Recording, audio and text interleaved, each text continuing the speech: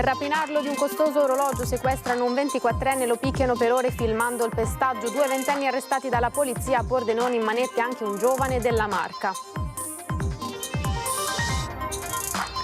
Nel 2017 il 49enne Lorenzo Brisotto morì asfissiato in uno dei silos delle distillerie Nardini a Monastiera. Oggi la sentenza: condannati il titolare e il direttore dell'azienda. Frode sul bonus facciate, 4 milioni di crediti di imposta fittizi sequestrati, 13 imprenditori denunciati tra Veneto e Friuli Venezia Giulia dalla Guardia di Finanza. Dopo il Canal Grande Verde, un altro blitz ambientalista a Venezia, colorante rosso e verde da un vaporetto, fermati 2 turisti francesi. Visita inaugurale al Padiglione Italia alla Biennale. Sindaco di Venezia spruzza per scherzo un po' d'acqua contenuta in una installazione. L'autore dell'opera lo redarguisce, poi il sindaco fischiato durante il suo discorso. E non si ferma a Padova la polemica sulla statua dell'alpino con fucile che sarà posizionata nel parco Tito Livio. Il vice sindaco Michalizzi è un grazie alle penne nere. Le temperature rigide non lasciano il Veneto in questo anomalo aprile. Sarà un weekend invernale, quello che si apre domani nella nostra regione. Buonasera, bentrovate, bentrovati, edizione regionale dei nostri telegiornali. Cominciamo con le notizie. In primo piano, l'avete sentito dai nostri titoli, la cronaca. Con la scusa di giocare alla PlayStation lo picchiano per ore rapinandolo del costoso orologio e filmano il pestaggio. 2 ventenni arrestati dalla polizia di Pordenone. La vittima racconta di essere stato invitato in questo appartamento di un amico comune per giocare alla PlayStation. In realtà, poco dopo essere arrivato, ha capito che l'invito era una mera scusa ed è stato immediatamente rinchiuso a chiave all'interno di una stanza, e i 2 aggressori hanno prima cominciato a insultarlo, poi li hanno minacciato con un coltello, minacciandoli di fargli il segno della Nike sulla guancia, e poi hanno cominciato a picchiarlo e a aggredirlo violentemente per oltre 3 ore, fino a rapinarlo dell'Apple Watch. È stato questo il modus operandi che ha portato la polizia di Pordenone ad arrestare un 22enne di Chions e un 23enne di San Polo di Piave, italiani e di origine marocchina, accusati di reati come sequestro di persona a scopo di rapina e tentata estorsione. Non contenti, i 2 avevano persino deciso di filmare il tutto per riavere il costoso orologio. La vittima, un 24enne di Pordenone, anche lui di origini marocchine, avrebbe dovuto pagare la somma di 1.000 euro. I fatti, che risalgono allo scorso mese di novembre, sono avvenuti all'interno di un appartamento a Pramaggiore, nel Veneziano, a disposizione di un amico comune ai 3, risultato estraneo ai fatti. Spaventato dalle minacce che nelle settimane successive la coppia aveva rivolto, oltre che a lui, anche al padre e al fratello, il 24enne aveva deciso di trasferirsi fuori regione, una volta raccontato il fatto alla questura lo scorso mese di febbraio. È stata decisiva la denuncia presentata dalla vittima in questura, e poi, grazie agli ulteriori accertamenti effettuati anche su alcuni dei testimoni dell'aggressione, siamo riusciti anche ad acquisire una parte del video che gli stessi aggressori avevano girato nei confronti della vittima, con cui hanno ripreso appunto alcuni momenti dell'aggressione. Le indagini eseguite dalla polizia, coordinata dalla procura, hanno consentito di acquisire ulteriori elementi fondamentali, come il riscontro derivante dalle utenze telefoniche degli arrestati. Il GIP del Tribunale di Pordenone ha disposto per i 2 la misura cautelare degli arresti domiciliari con l'installazione del braccialetto elettronico. Infortunio mortale alle distillerie Nardini, la tragedia nel 2017, oggi in tribunale la sentenza, condannati a 1 anno e 4 mesi il titolare e il direttore dell'azienda. 2 condanne e un'assoluzione. Si è concluso il processo per la morte di Lorenzo Brisotto, 49 anni, trevigiano, che lavorava presso le distillerie di Monastier. Una tragedia avvenuta nel settembre del 2017 nella fabbrica di via Pralongo, una succursale della sede operativa della Nardini Grappa di Bassano. La vittima, secondo gli accertamenti della procura, morì a causa delle esalazioni delle vinacce mentre lavorava all'interno di uno dei silos. Il dipendente, soccorso dai colleghi, venne rianimato rianimato sul posto e poi trasportato d'urgenza in ospedale. Rimase in fin di vita per qualche giorno. Il decesso avvenne a causa dell'intossicazione dai vapori.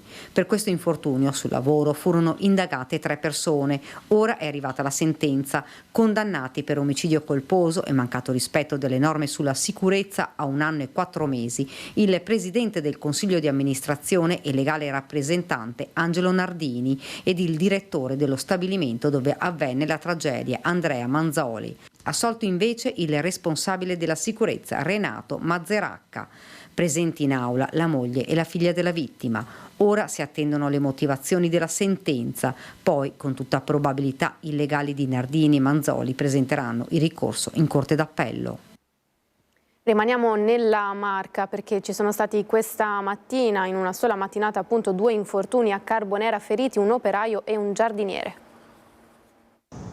Un operaio di origine colombiana di 58 anni è volato dal tetto di un'azienda. L'uomo stava effettuando una manutenzione delle grondaie quando, per cause da accertare, è precipitato al suolo.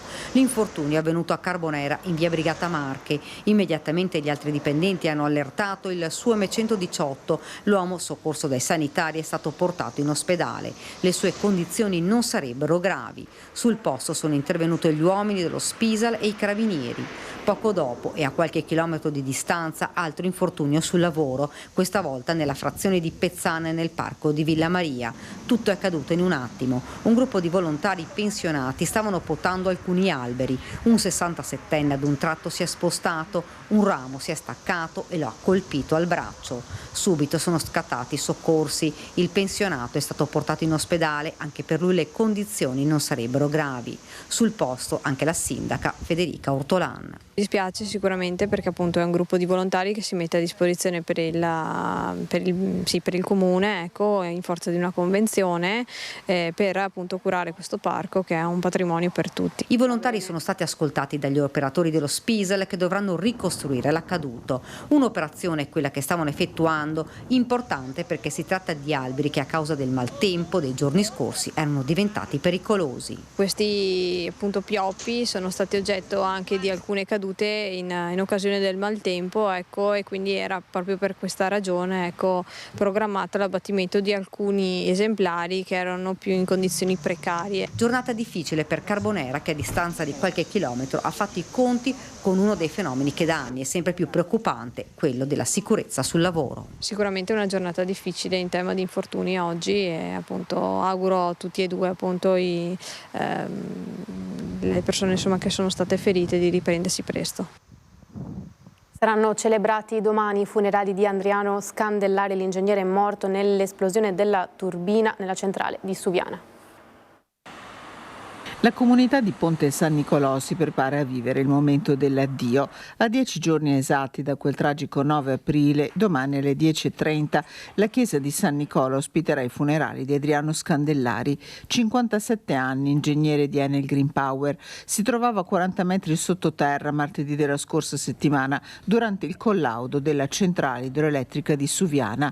Ci sono voluti 2 giorni ai vigili del fuoco per recuperare il suo corpo senza vita, trasportato dall'8° al 9° piano, a cui alla spicciolata in tanti hanno reso omaggio nella camera ardente allestita in via Turazza a Padova. Un funerale sobrio, come Adriano Scandellari avrebbe voluto, celebrato dall'amico parroco Don Daniele Cognolato, con accanto il fratello Don Leonardo, tutta la famiglia, la moglie Sabrina, le figlie, la sorella Graziella, papà Cesare. Un dolore che riunisce tutta la comunità che ad Adriano Scandellari, vicepresidente del Consiglio pastorale, e alla famiglia era molto legata. A Ponte San Nicolò domani sarà lutto cittadino, bandiere a mezz'asta, negozi con le serrande abbassate, un omaggio all'uomo Adriano, al suo servizio in parrocchia, al suo servizio alla comunità. Un omaggio all'ingegnere Adriano Scandellari, tecnico di Enel, esperto di centrali idroelettriche, morto sul lavoro dopo aver detto alla moglie "ci vediamo domani" e mai più tornato a casa. 500 i posti in chiesa, 500 le sedie sistemate sul piazzale, dove sarà allestito un maxi schermo dove saranno presenti i volontari della Protezione Civile, dell'Associazione Alpini, con la Polizia Locale e i Carabinieri. Le strade intorno alla parrocchia saranno chiuse durante la mattinata, tra tra le 9.30 e le 12.30. Le offerte raccolte durante le esequie per desiderio di Adriano Scandellari saranno devolute agli orfanotrofi delle suore figlie della Divina Provvidenza e delle suore della famiglia missionaria della Redenzione. Quasi 4 milioni di crediti d'imposta fittizi sequestrati e 13 imprenditori denunciati. È questo il bilancio della maxi operazione della Guardia di Finanza di Trieste.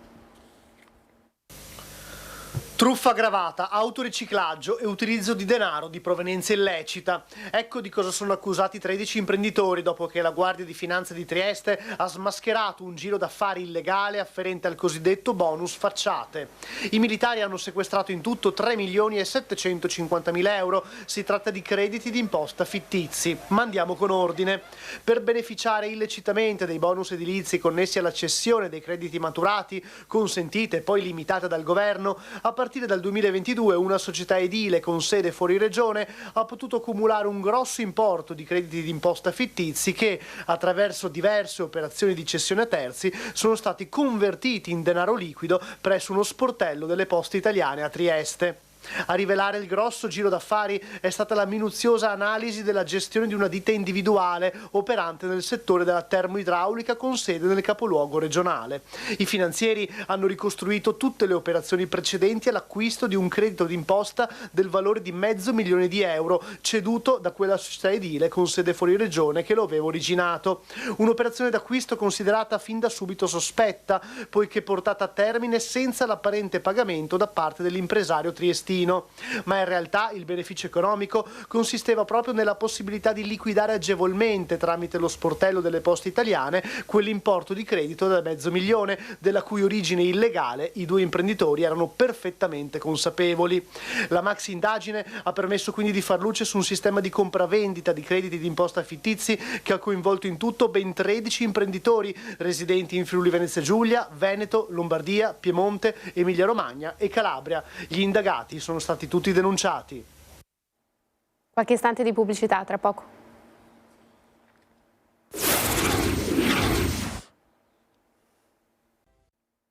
Rieccoci tornati in diretta con l'edizione del Veneto dei nostri telegiornali. Proseguiamo con le notizie e ci spostiamo a Venezia perché il Canal Grande si è improvvisamente tinto di rosso e verde questo pomeriggio. Si tratterebbe di un'azione di Extinction Rebellion non organizzata però dai veneziani che aderiscono al gruppo ambientalista. La polizia infatti ha bloccato 2 turisti francesi ritenuti coinvolti nell'azione che potrebbe essere anche dovuta al rischio mediatico che in queste ore è stato esercitato dalla Biennale d'Arte. Il colorante non si sa ancora se innocuo o meno è stato versato in acqua da un vaporetto della linea 1 proveniente dalla fermata del Giglio diretto verso l'Accademia, dove è stato fatto fermare dalla polizia. E rimaniamo sempre a Venezia perché mancano pochi giorni all'entrata in vigore in fase sperimentale del contributo d'accesso. Siamo a 100.000 prenotazioni, qui abbiamo sia i prenotanti e paganti, sia i prenotanti dichiarandosi poi esenti perché residenti in Veneto o perché turisti pernottanti in albergo. Sono numeri sicuramente impegnativi però che cresceranno, perché si tratta di 100.000 sui 29 giorni, non ovviamente solo il 25 aprile, cresceranno perché il turismo giornaliero, quindi il turismo che poi pagherà, è un turismo che prenota un po' più a ridosso, insomma, sceglierai gli ultimi giorni di andare a visitare Venezia. Mancano pochi giorni all'entrata in vigore in fase sperimentale del contributo d'accesso il 25 aprile, che prevede la prenotazione per entrare a Venezia in determinate date dell'anno. Una giornata che si preannuncia impegnativa. Da parte nostra con grande umiltà, ci chiediamo già scusa per il disagio e lavoriamo per chiedere la collaborazione di tutti perché dobbiamo salvare Venezia. Non è un motivo per far cassa, anzi spenderemo quello che incassiamo, se non di più. Lo scopo è trovare un diverso modo di visitare Venezia, disincentivare il turista giornaliero in quei giorni, in quei 29 giorni, invitarlo a visitare altri momenti dell'anno Venezia e sapere noi in anticipo quanti turisti arriveranno a Venezia quel giorno, in modo da impostare anche trasporti, sicurezza e pulizia in base ai numeri attesi. È una rivoluzione che però deve essere ovviamente portata avanti insieme e migliorata passo passo. A partire dai controlli e dal personale che sarà d'aiuto a chi dovesse trovarsi impreparato. C'è molto personale che avrà la funzione di informare, cioè raccontare in Piazzale Roma, in stazione o Riva degli Schiavoni ai turisti che stanno per entrare a Venezia che esiste il contributo d'accesso e che devono farselo. Tra l'altro con l'app possono farselo anche poco prima di entrare in città, molto velocemente. Poi c'è un livello di controllo, quindi chi accede a Venezia potrà essere controllato a campione. Gli verrà chiesto: scusi, sa che c'è il contributo, ha scaricato il contributo, è esente, mi dimostri il contributo, il QR code di esenzione, oppure invece può dire non sapevo, e in quel caso, se l'atteggiamento è di effettivamente uno che non sapeva, viene invitato a farselo. Se si vede che era qualcuno che voleva veramente entrare a Venezia facendo il furbo, sapendo la regola eccetera, è soggetto anche a multa. E in attesa di vedere come andrà la prima giornata, Venturini non nasconde preoccupazione per chi quel giorno metterà in scena una protesta. Speriamo che almeno rispettino le leggi, non facciano male a nessuno, non danneggino nulla, perché altrimenti insomma sarebbe veramente una brutta scena per la città. Ognuno ha la sua opinione. Rimarco però che se li avessimo ascoltati qualche anno fa non avremmo il Mose e quindi Venezia ogni autunno andrebbe sott'acqua negli ultimi anni, quindi per fortuna non li abbiamo ascoltati. È stato un momento di tensione tra il sindaco di Venezia Luigi Brugnaro e l'autore dell'installazione al Padiglione Italia, avvenuto questo pomeriggio nel corso della visita inaugurale alla presenza anche del ministro Gennaro Sangiuliano. Il sindaco, seduto vicino al ministro e ai curatori, ha spruzzato a mo' di scherzo un po' d'acqua contenuta nel bacino centrale dell'opera, suscitando la reazione di Massimo Bartolini, l'autore della struttura, che lo ha invitato ad avere maggiore rispetto per l'opera d'arte. E poco dopo, durante il suo discorso, Brugnaro è stato fischiato dal pubblico per aver detto: a me il padiglione non è piaciuto. Vediamo dunque questo momento. Però non vuol dire questo che sia per forza un attacco all'arte. Credo che l'arte, più si discute, più ci sia anche gioia nel vedere le cose, nel partecipare. Ho visto l'artista che si è arrabbiato perché ho fatto uno schizzo d'acqua, dice che era rispettoso rispetto alla scultura. Io l'ho lasciato parlare, credo che però forse qualcun altro, magari qualche bambino, potrebbe mettere la mano nell'acqua, non è una cosa così grave. Partecipare, visto che si vuole usare, si usano i tubi innocenti, bisogna rendersi conto anche di quello che si fa. Ma io sono molto per il figurativo, spero che riusciremo magari un domani ad avere un padiglione in Italia con magari più artisti. Questo lo decide il Ministero. Lo so, purtroppo io dico sempre da quello che penso e continuerò a dirlo. Questa è una città libera ed è giusto anche accettare i fischi se non siete d'accordo, però penso che sia bello anche che ci sia qualcuno che dica la verità. Ecco, accettare i fischi come sto accettando io, sarebbe bello che li accettassero anche altri. E allora l'arte deve essere discussione.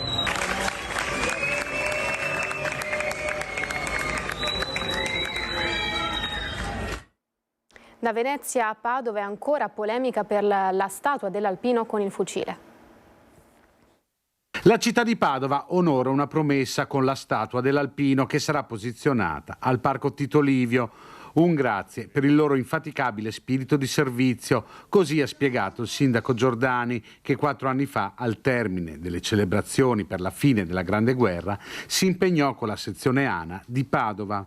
Questo ribadisce anche il vice sindaco Andrea Michalizzi. La nostra comunità è amica degli alpini e nel suo centenario la città di Padova, così come esiste anche in tante altre città d'Italia, gli dedica una statua. Gli alpini sono anche il simbolo di una generazione che ha combattuto una guerra anche contro la loro volontà, e oggi rappresentano il dramma di una generazione che ha affrontato la guerra, quindi tema anche attuale rispetto ai conflitti che ci sono oggi. In questo senso gli alpini sono testimoni di pace e che è richiamata forte nei suoi valori. La statua non è ancora ultimata, ma il bronzo realizzato dallo scultore padovano Ettore Greco è un omaggio all'alpino e alla sua storia, con il fucile e l'elmetto a terra.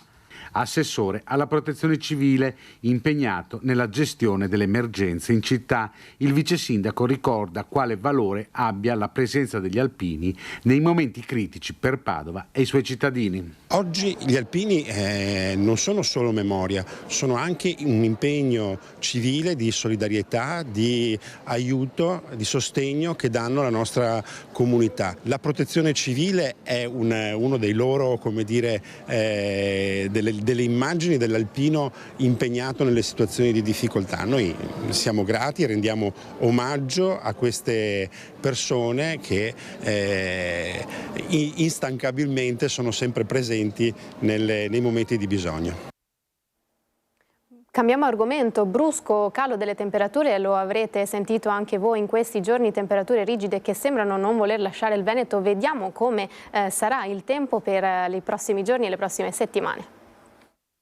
Generale, dobbiamo fermare il cambio armadi? Assolutamente, anzi chi l'ha fatto è bene che vada a recuperare qualche capo pesante per i prossimi giorni, ma per i prossimi almeno 10 giorni. Altro che primavera, in Veneto torna il freddo inverno, almeno fino alla fine del mese, per via di un flusso d'aria che scende direttamente dal Polo Nord.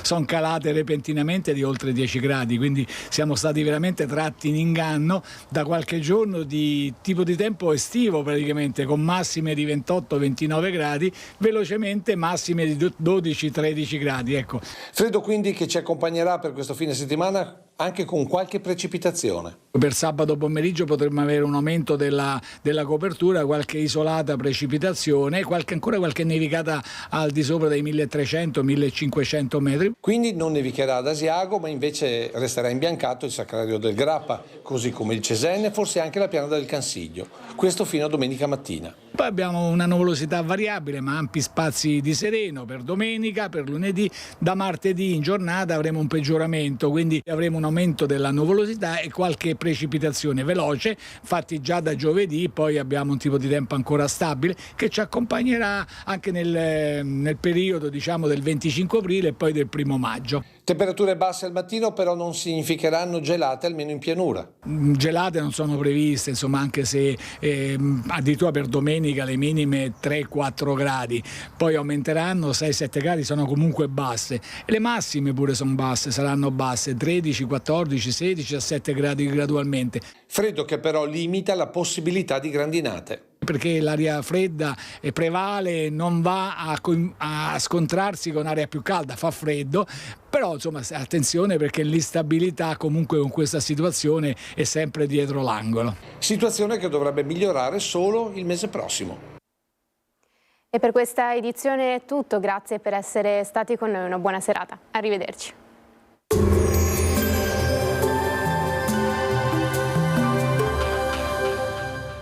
Cooperativa Agricola Volpago offre carni fresche e selezionate di prima qualità, senza uso di antibiotici, direttamente dagli allevamenti locali dei nostri soci allevatori. Bentrovati al meteo. Tempo in prevalenza buono, anche se continua il via vai di perturbazioni che coinvolgono marginalmente il nostro territorio e insiste l'afflusso di aria fredda responsabile di un raffreddamento piuttosto sensibile. Vediamo il dettaglio. Sul Veneto la grafica di sabato 20 aprile evidenzia un ampio soleggiamento. Di pomeriggio tuttavia nuvolosità in aumento e non sono esclusi deboli piovaschi sparsi. Temperature stazionarie minime tra 3 e 8 gradi, massime tra 15 e 18 all'incirca. Spostiamoci ora sul Friuli Venezia Giulia. Anche in questo caso tanto sole e cielo generalmente variabile con possibili rovesci sparsi nelle ore pomeridiane, specie sulle zone costiere. Temperature minime tra 2 e 8 gradi, massime sui 16-18 gradi. Infine diamo uno sguardo alla situazione del Trentino Alto Adige, dove sarà piuttosto soleggiato ma con locali nevicate sulle creste di confine. Temperature minime sui 6 gradi, massime intorno ai 17-18 gradi. Dal meteo di Antenna 3 per ora è tutto, grazie per l'attenzione, arrivederci.